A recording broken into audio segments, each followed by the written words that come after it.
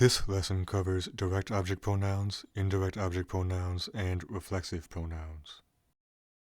The direct object pronouns me, te, lo, la, nos, os, los, las.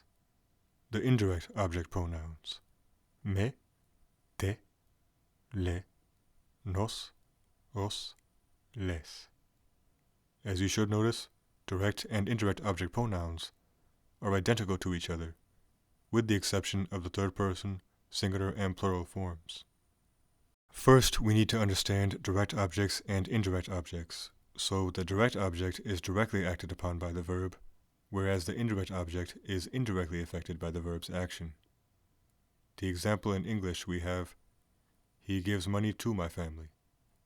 Money is the direct object because the verb to give is directly acting upon it. The indirect object is my family because it is the recipient of this action of giving. So if we replace money and my family with their respective direct and indirect object pronouns, the sentence becomes, he gives it to us. It is the direct object pronoun replacing money, and us is the indirect object pronoun replacing my family. Now we have the same example in Spanish. Él da dinero a mi familia. Normally, object pronouns are placed immediately before the verb in a Spanish sentence. If we only use the direct object pronoun lo, the sentence becomes Él lo da a mi familia. He gives it to my family. If we only use the indirect object pronoun nos, the sentence becomes Él nos da dinero. He gives money to us. In both examples, notice that the object pronoun comes directly before the verb da. So what happens if we want to include both object pronouns in the same sentence?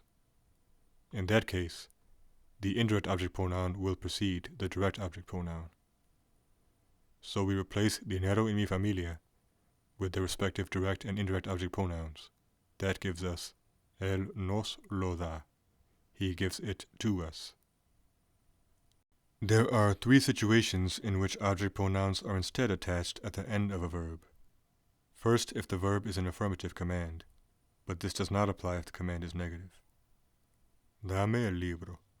Dámelo. Dalo. Hazte tu tarea. Háztelo. Hazlo. If the verb remains in its infinitive form, voy a comprarte el regalo. Voy a comprártelo. Voy a comprarlo. And if the verb is in its gerund or present participle form, estoy diciéndote la verdad. Estoy diciéndotela. Estoy diciéndola. You may have noticed that in some of those examples we added accent marks to certain verbs. This is because when we have a stressed syllable followed by at least two more syllables in the same word, then we do have to add an accent mark for proper pronunciation. Also be aware that the third person indirect object pronouns le and les must be changed to se if followed by any of the third person direct object pronouns. So the example, explico la verdad a John. With only the direct object pronoun we have la explico a John. With only the indirect object pronoun we have le explico la verdad. Now if we want to use both the object pronouns, we do not write le la explico, we write se la explico. Next are the reflexive pronouns me, te, se, nos, os, se. Reflexive pronouns, as you should notice, are identical to the direct and indirect object pronouns, with the exception of se in the third person. And reflexive pronouns are used with reflexive verbs. Me lavo las manos. Nos duchamos cada día. La madera se ha quemado. And we will explore reflexive verbs in more detail in a much later lesson. When used in the same sentence, reflexive pronouns always precede indirect object pronouns, and indirect object pronouns always precede direct object pronouns. You can use the acronym RID to more easily remember this.